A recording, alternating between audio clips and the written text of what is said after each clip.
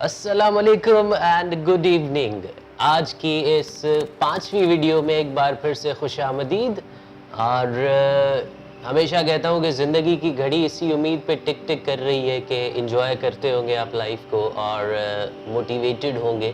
और जहाँ तक छोटे मसाइल की बात है तो वो हल हो जाएंगे। Don't worry, just be patient. Right, Mubeen आपके साथ और learn English practically with Mubeen, powered by media 360 communications. और ये पांचवी क्लास हम जिसको कहेंगे, पांचवी जमात भी कह सकते हैं। एंड थ्रू दैट वन हम लोग इस सेशन को कैरी ऑन करेंगे। लेकिन उसके साथ साथ ये भी कहता चलूँ कि अपना बहुत ज़्यादा ख्याल रखिए, take good care of yourself, और दूसरों का भी ख्याल रखिए। Along with that one, again repeating, stay strong and alive. Right, थोड़ा सा रिव्यू ले लेते हैं प्रीवियस वीडियो का। वीडियो नंबर 4 यानी लेक्चर नंबर 4 में जो हमने बात की थी वो थी टू बीज की। एंड उसकी हमने डेफिनेशन ये की थी, बयां की थी कि टू बी जो वर्ब्स होते हैं that is kind of verb. Right, verb की भी कुछ इकसाम होती हैं, स्लोली ग्रेजुअली हम उनको डिस्कस करेंगे। बट मोर इम्पॉर्टेंटली ये वर्ब की जो टाइप कहलाती है वो हेल्पिंग वर्ब्स कहलाते हैं, जिनका दूसरा नाम ऑक्सिलरी वर्ब्स भी होता है, जिनसे हमारे टू बीज बनते हैं।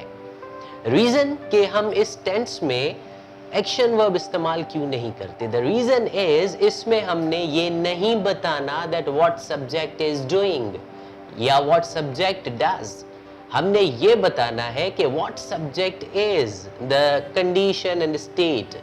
एंड दूसरी बात हमने ये बतानी है that where subject is, that means the location और अवेलेबिलिटी ऑफ सब्जेक्ट। सो उसके वाले से हमने प्रेजेंट टू बी को डिस्कस किया था, जिसके हेल्पिंग वर्ब्स होते हैं is, am and are.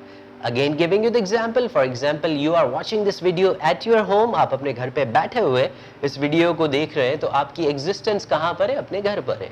For example मैं अपना इंट्रोडक्शन करवाऊंगा, my name is Mubeen and I am a teacher. तो I am a teacher is my state and condition.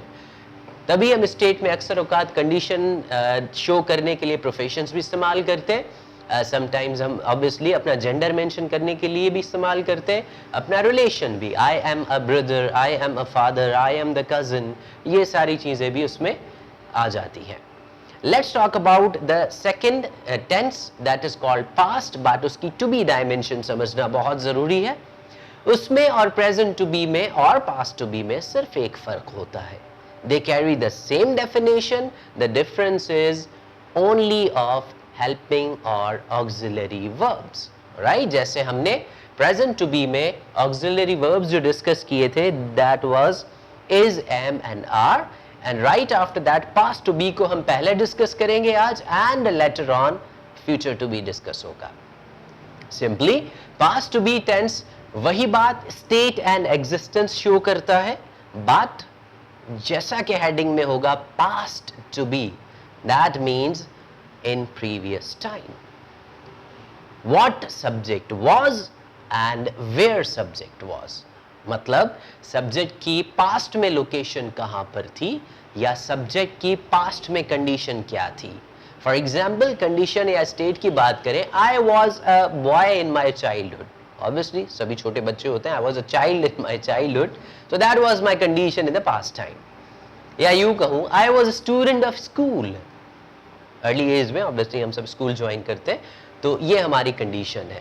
But अगर मैं बात करूं कि मैं कल कहां पर था, that is also the existence और location. For example I was at home yesterday, that expresses the location of me and I am the subject obviously. So past to be tense expresses what subject was and where subject was. Simple. इस to be में भी obviously we will carry the same rule that हमने action show नहीं करना कि subject कर क्या रहा था, हमने बताना है सब्जेक्ट क्या था और सब्जेक्ट कहाँ था। Very simple. इसके हेल्पिंग वर्ब्स दो हुआ करते हैं, अनलाइक प्रेजेंट टू बी उसके तीन थे, is, am, are. And this past to be carries two helping verbs called was and were. और बहुत ही सिंपल कि हमारे पर्सनल प्रोनाउंस सिंगुलर और प्लूरल कैटेगरी में इस्तेमाल किए जाते हैं, डिवाइडेड हैं। सो सिंगुलर्स के साथ हम वॉज पुट करते हैं एंड प्लूरल्स के साथ हम वर पुट करते हैं, जिसकी अगर हमारी अपनी लैंग्वेज में मीनिंग फाइंड आउट की जाए वो होती है था, थी या थे, मैं कल घर पर था, मैं बचपन में छोटा था, that is my state and condition along with my location, right? So was were अगर उसकी existence perspective से या to be perspective से meaning find out की जाए, that will clearly define that I'm talking about past. अगर मैं as am are use कर रहा हूँ, that means I'm talking about present obviously. So present to be previous class में हो चुका, अभी हमने past to be को भी discuss कर लिया. Let's complete to be with the third dimension that is called future to be. बहुत ही आसान है. अगेन आई एम रिपीटिंग, इसमें भी सिर्फ और सिर्फ हेल्पिंग वर्ब चेंज होगा, nothing else, right? Very simple and very easy. As present to be के हेल्पिंग वर्ब्स थे is am are, past to be के हेल्पिंग वर्ब्स हैं was and were, and future to be के दो helping verbs हैं shall be and will be. अब बात करते हैं कि शैल बी और विल बी कहाँ कहाँ इस्तेमाल होते हैं. वाज़ेह रहे, शैल बी हम लोग जनरलाइज वे में सिर्फ और सिर्फ फर्स्ट पर्सन के साथ इस्तेमाल करते हैं. That means shall be will only be used with I and we. Rest of the subjects will carry will be as helping verb, right? अगर इसकी डेफिनेशन की बात करें तो it expresses state or condition along with existence or availability in future time, coming time. For example, कल मैं school में हूँगा, मैं ये नहीं कह रहा कल मैं स्कूल जाऊँगा. That will be the action verb.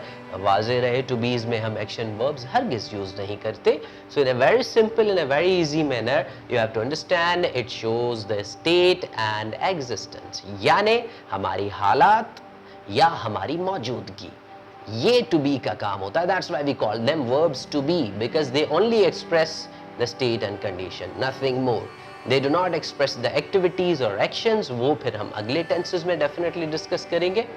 So past to be and future to be. Hope आपको पसंद भी आया होगा. And short videos के through ये थोड़े से छोटे से easy से concepts आपके साथ clear करते रहेंगे. For the queries आप comment में क्वेश्चन पूछ सकते हैं. इंशाल्लाह जो मेच्योर क्वेश्चंस होंगे उनके आंसर्स भी देंगे आपको. And keep learning, spirit high होना चाहिए. थोड़े ही टाइम के बाद इंशाल्लाह again repeating, I will learn something from you and you will learn something from me too. So don't forget to subscribe Media 360 Communication so that we can get connected. Share भी कीजिए इस page को because this is the knowledge for free. Keep spreading that one. अभी इनको इजाज़त दीजिएगा. बहुत शुक्रिया. Thank you so much.